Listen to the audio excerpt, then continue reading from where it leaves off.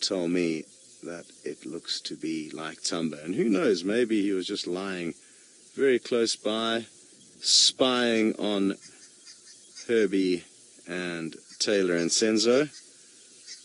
Wonderful stuff. I'm just going to call this in on the Game Drive radio now quickly. Stations, it looks like Thamba, just north of Vultures Dam with the Kudu kill.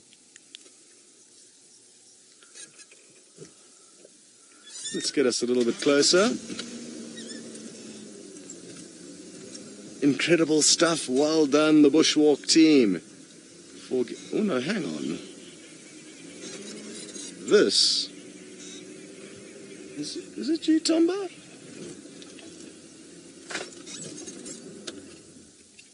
Yeah, it does look like him. I'm not an expert when it comes to IDing these animals, but I'm fairly confident that is who I think it is. Could we make our way there? Affirmative, Tom, no problem. If you're coming along Mvubu from Galago Waterhole side, you go through the drainage and then basically just kind of head northeast from there. Okay, we'll be coming from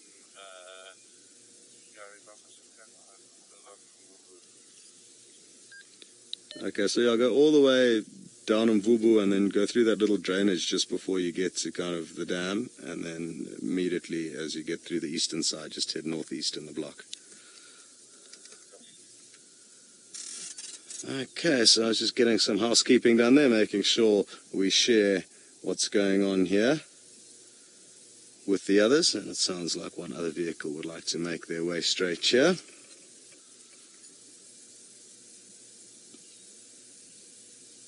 Well, thanks very much to all of you who can confirm that this is in fact Thamba, and Homegrown You suggested that he's been playing hide and seek with the Bushwalk team, and yes, you wonder how often we walk past these animals and they just kind of spy on us. I mean, it's not always that they have a kill which is going to help us find them. Very often though, we could just be walking past on the trail of them, knowing that they're in the area, and they just kind of slink away from us without us knowing.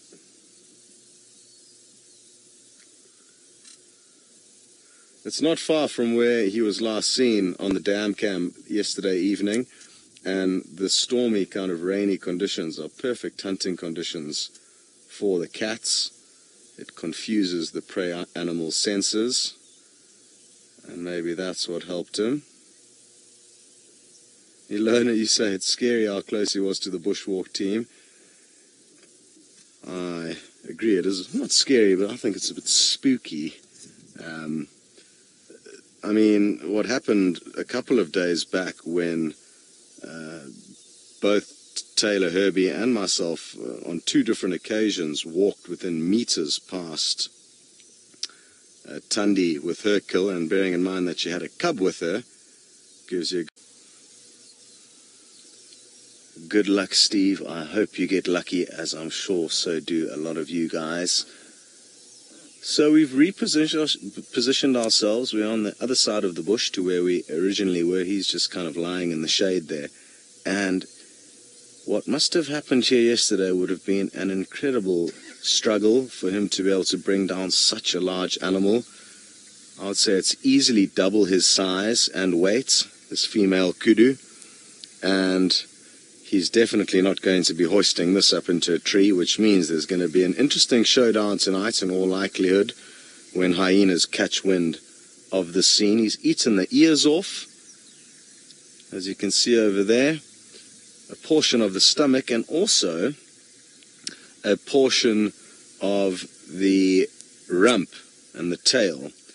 Now, this is not for the faint-hearted. It is not the most pleasant scene, but still a huge amount of meat remains on this kill, and I fear it's simply going to be too heavy for him to hoist up into a tree. I mean, he's barely been able to actually pull it under a bush properly to hide it from the vultures.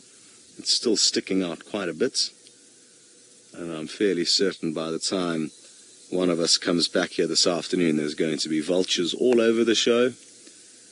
And later on this evening, I would be incredibly surprised if another scavenger, the hyena, is also not snooping about the scene. And Nana, you saying good job, Thamba, and I couldn't agree more. It's an epic, epic kill, and it would have been wonderful for us to actually have seen him having to wrestle her down, because it wouldn't have been a quick affair. And also very well done to Taylor and Herbie on Bushwalk for getting us into this position. Very good. Speaking of the people who found us this wonderful sighting, we are going to send you straight across to them with another predator. Well, I don't think we're going to be so lucky this morning. It looks like he's eaten his full. Even the flies are taking a break, it appears. Now, you can see a little scratch in the kudu's fur there, and there's quite a few more, and it must have been a really, really epic struggle between Thamba and this female kudu to bring her down, and there's lots of scratches and nicks. I just want to move forward a little bit and see if I can show you any of the ones that I can see on her neck, where he also would have been kind of latched on with his front paws, and his back paws would have been kind of locking into the legs, where we can see those scars there. And there you can see another nick and a scratch in her neck, where he would have been clinging on for dear life as she tried to toss him off. Absolutely crazy. Ivor, you'd like to know if it smells bad, and not too bad just yet. And a big reason why it doesn't smell too bad is because that stomach content hasn't really been opened up, and the bag of rumen has also not been opened up, and that's when it really starts to smell, once it's been broken open. But it's all kind of still intact, so one or two kind of pungent aromas have been wafting our way, but nothing too serious just yet. And I guess also the fact that it's been relatively cool. Oh, looks like he may be proving us wrong, and he's going to pop out right next to us. How cool is this? And he may decide to continue snacking on that part of the rump. No, is he thinking of trying to cover up this carcass? We may see him trying to pull the carcass deeper into the shade. You can see how he's trying to pull the grass to cover the kill. He's literally probably only 1.5 meters from the vehicle. And how cool is this? I've got a feeling we're going to see him try and pull the kill. Yeah, here goes. How cool is this? Oh, absolutely crazy. Now, he knows full well that because it's no longer dark, the vultures are going to be... Oh, here's the first vulture swooping in onto the scene. I'm not sure if Davey's going to be able to get a camera. Oh, no, here they all come. We are in for a treat. We're going to see a whole bunch of vultures now making their way into this area. And there's lots off in the background as well. Well, Dave's doing a great job showing you all the vultures that are floating about. And he probably actually saw the vultures before I did and realized, hey, let me come across here and see if I can do a better job concealing this kill.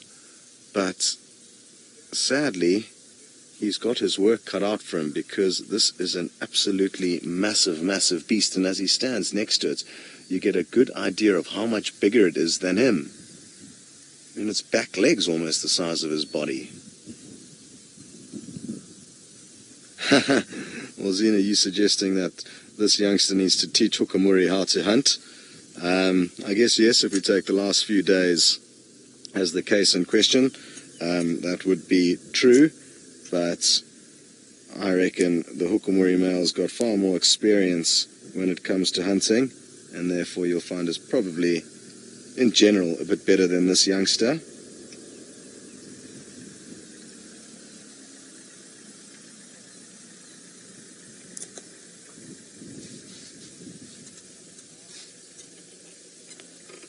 Let me see if I can reposition, get us into a better spot. He has just moved ever so slightly. I think he's trying to sharpen his claws on one of the branches of this weeping wattle. Now, Huna, you'd like to know how far is the Hukumuri male from the scene. Well, we don't know exactly where he is because he moved off from that last spot. But from where we last saw him, I would say he's half a mile as the crow flies. Not very far at all. So he too could see these vultures all flying about. To be honest, they don't seem to have actually seen it. And none of them have landed nearby. I mean, I can't see any suitable... Oh no, one has landed nearby. I don't know if we'll be able to show it to you, but there's not too many suitable trees for the vultures to land in close by. So what you'll find is that they'll land even a couple of 100 meters away if need be, and just wait patiently there. There you can see him just lying on one of the branches. Sadly not the best view, but it is very thick, and I think it's going to be the best we are going to be able to manage for now.